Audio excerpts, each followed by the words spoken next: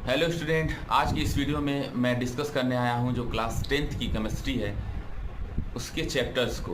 पहले तो सिलेबस जान लेते हैं। क्लास 10th की केमिस्ट्री में जो सिलेबस है वो 4 ही लेसन है, ठीक है, 4 लेसन। उसमें एक हटा दिया गया है। जो हटाया गया है उसका नाम था पीरियोडिक टेबल, ठीक है ना, पीरियोडिक क्लासिफिकेशन ऑफ एलिमेंट, वो हटा दिया गया है। अभी 4 लेसन है जिसमें चलिए हम चैप्टर वाइज नाम जान लेते हैं। पहला जो है उसका नाम है chemical equation and reaction. Second chapter है वो है एसिड बेस एंड साल्ट। तीसरा चैप्टर है आपका वो है मेटल एंड नॉन मेटल। और फोर्थ और लास्ट वाला जो है उसका नाम है कार्बन एंड इट्स कंपाउंड।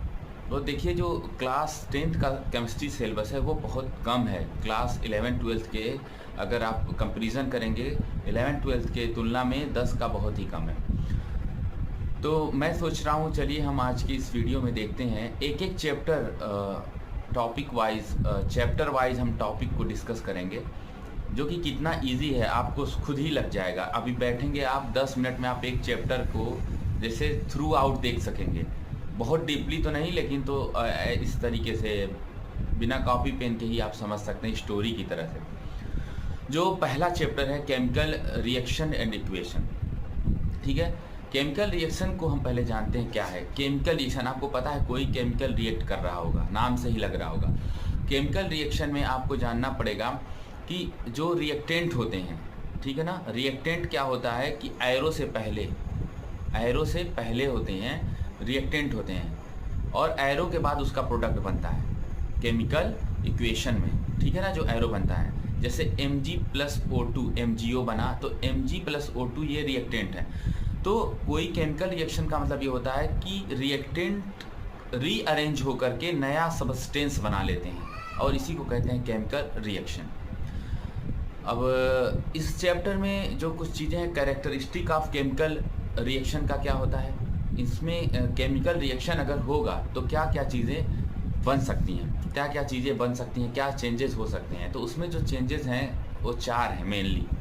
जैसे कि कलर का चेंज, अगर रिएक्शन हो रहा है, कोई केमिकल रिएक्शन हो रहा है तो उसमें कलर का चेंज आ जाएगा। जैसे रस्टिंग ऑफ आयरन, अगर लोहे में जंग लगता है तो आपको पता होगा कि उसका कलर भूरा हो जाता है, ठीक है ना, लोहे का कलर भूरा हो जाता है। इसलिए यानी कि कलर का चेंज हो सकता है।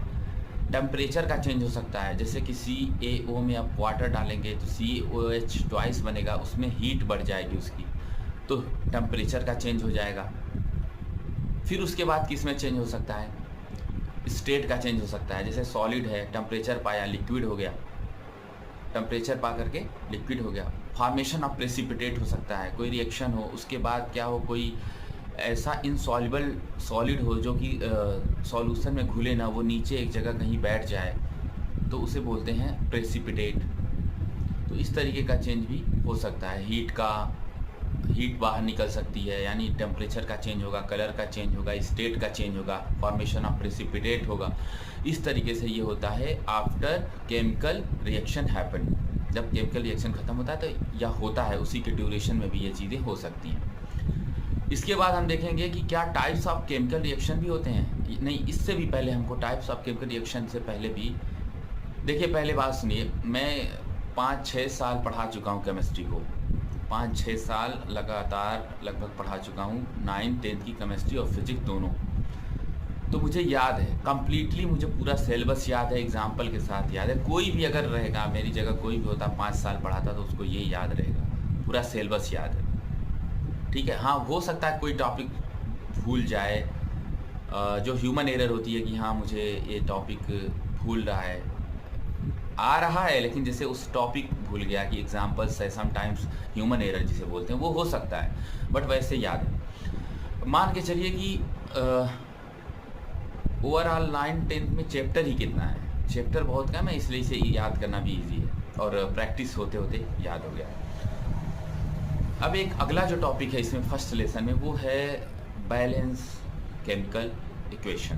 बैलेंस केमिकल इक्वेशन का मतलब होता है, आप बैलेंस का मतलब समझिए तराजू, बैलेंस का मतलब समझिएगा तराजू, तराजू को बैलेंस बोलते हैं। यानी दोनों तरफ जो होता है केमिकल रिएक्शन, दोनों तरफ केमिकल रिएक्शन के बाद रिएक्टेंट और प्रोडक्ट, एक तरफ रिएक्टेंट होता है एक तरफ प्रोडक्ट, दोनों में नंबर ऑफ एटम जो एलिमेंट का नंबर ऑफ एटम्स होंगे लेफ्ट साइड इक्वेशन के, वैसे ही राइट साइड या एरो के लेफ्ट साइड जितने होंगे, अगर ऑक्सीजन 2 है तो राइट साइड में भी 2 होना चाहिए। क्या? ऑक्सीजन के एटम 2 होने चाहिए, ठीक है ना? तो तभी वो बैलेंस होगा, नहीं तो बैलेंस नहीं होगा। उसके कई एग्जाम्पल्स आते हैं, और ये किस पर बेस्ड है? बेस्ड है mass of conservation, law of mass of conservation, यानी कि मास नेदर क्रिएटेड नॉट डिस्ट्रॉयड। इस तरफ जितने मास हैं उतने ही मास इधर होने चाहिए, ठीक है ना? जितने रिएक्टेंट में उतने प्रोडक्ट में, इसी तो कहते हैं law of mass of conservation. तो ये बहुत ही इजी है देखा जाए तो, अगर ध्यान से अगर सुनेंगे आप तो पूरी समरी हो जाएगी, समराइज हो जाएगा। ये मैं इस तरह कहानी की तरह केमिस्ट्री को बताना चाह रहा हूँ, केमिस्ट्री को कहानी की तरह आप समझिएगा, बिल्कुल, ठीक है? तो रिएक्टेंट में मान लीजिए जो सबसे पहले छोटा सा एग्जांपल है, आप समझिएगा, अगर मैं 4 एग इस साइड रखूं तो 4 एग मुझे उस साइड भी रखना होगा, 4 एप्पल इस साइड तो 4 एप्पल उस साइड। तो Mg + O2 कर रहा हूँ तो MgO तो बन रहा है, लेकिन रिएक्शन बैलेंस नहीं है, केमिकल इक्वेशन बैलेंस नहीं है, तो मैं 2 लगा दूंगा, तो 2 MgO, तो Mg भी 2 हो जाएगा, ऑक्सीजन भी 2, तो फिर इस साइड में आपको Mg को भी 2 करना पड़ेगा। आपने ऐसी क्लास कभी नहीं देखी होगी, शायद ना देखी हो, जिसमें कि केमिस्ट्री को हिंदी की तरह से बताया जा रहा है। मैं सोच रहा हूँ कि इस तरह से ही बताऊँ आप लोगों को, मेरे दिमाग में आया कि चलो ऐसे ही बताता हूँ। अब MgO, अच्छा Mg अब +O2 मैग्नीशियम ऑक्साइड बन गया, Mg + O2 मैग्नीशियम को जलाया गया, बेसिकली मैग्नीशियम को जलाया गया। चलिए इसके बाद क्या होता है, लेफ्ट हैंड साइड में नंबर ऑफ एटम्स, जो एलिमेंट है उसके एटम लेफ्ट हैंड साइड में, और जो एलिमेंट प्रोडक्ट के बाद जो बन रहा है, जो कंपाउंड बन रहे हैं, उसमें सेम एलिमेंट के सेम नंबर ऑफ एटम होने चाहिए, तब वो हो जाएगा बैलेंस केमिकल इक्वेशन। अब इसके बाद देखते हैं types of chemical reaction. Types of chemical reaction कितने टाइप्स के होते हैं? 5 टाइप के होते हैं। पहला केमिकल जो है केमिकल रिएक्शन है वो है कम्बिनेशन रिएक्शन। कम्बिनेशन का मतलब 2 चीज़ कंबाइन हो रही है, 2 या 2 से ज़्यादा भी चीज़ें कंबाइन होना मतलब जुड़ सकती हैं तो फिर नया प्रोडक्ट बनाती हैं, तो उसे बोलेंगे कम्बिनेशन रिएक्शन। जैसे A + B = C बन जाए। अब जैसे इसका एग्जांपल वही हो गया, पहला ही, मैग्नीशियम + ऑक्सीजन O2 = MgO, तो ये हो गया आपका कम्बिनेशन रिएक्शन। ऐसे बहुत सारे हैं कम्बिनेशन रिएक्शन। अब आप देखेंगे दूसरा केमिकल रिएक्शन है वो है डीकम्पोजिशन रिएक्शन। डीकम्पोजिशन रिएक्शन का मतलब होता है कोई बड़ी चीज़ टूट करके छोटे छोटे में, स्प्लिट होकर के छोटे छोटे पार्ट्स में अलग हो जाए, उसे कहते हैं डीकम्पोजिशन। हिंदी में क्या बोलेंगे, साथ साथ हिंदी में बोल दें। कम्बिनेशन को क्या बोलते हैं? संयोजन अभिक्रिया। डीकम्पोजिशन को वियोजन अभिक्रिया। देखिए आप हिंदी और इंग्लिश दोनों में मुझसे पढ़ सकते हैं, ठीक है? उस हिसाब से। और डीकम्पोजिशन जो होता है कोई बड़ा सा पार्ट हो वो टूट के छोटे छोटे पार्ट में बिखर जाए, अलग हो जाए। इसका एग्जांपल क्या हो सकता है? जैसे CaCO3 है, कैल्शियम कार्बोनेट है, अगर हीट करोगे तो CaO और CO2 में टूट जाएगा, तो ये डीकम्पोजिशन रिएक्शन का एग्जांपल है। डीकम्पोजिशन रिएक्शन भी 3 टाइप से हो सकता है, 3 टाइप से।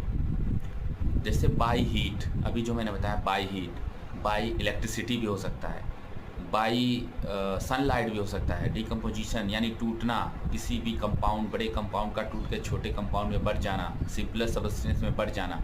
3 टाइप से होता है, by heat, by electricity and by light. By electricity अगर मैं बताऊं तो जैसे वाटर H2O है, अगर उसमें इलेक्ट्रिसिटी फ्लो कराएंगे तो H2 + O2 दोनों अलग अलग वेपर फॉर्म, गैसियस फॉर्म में अलग हो जाएंगे, H2 + O2। तो ये हो गया डीकम्पोजिशन बाई इलेक्ट्रिसिटी। ऐसे डीकम्पोजिशन बाई लाइट क्या हो जाए? सिल्वर क्लोराइड AgCl, ठीक है ना?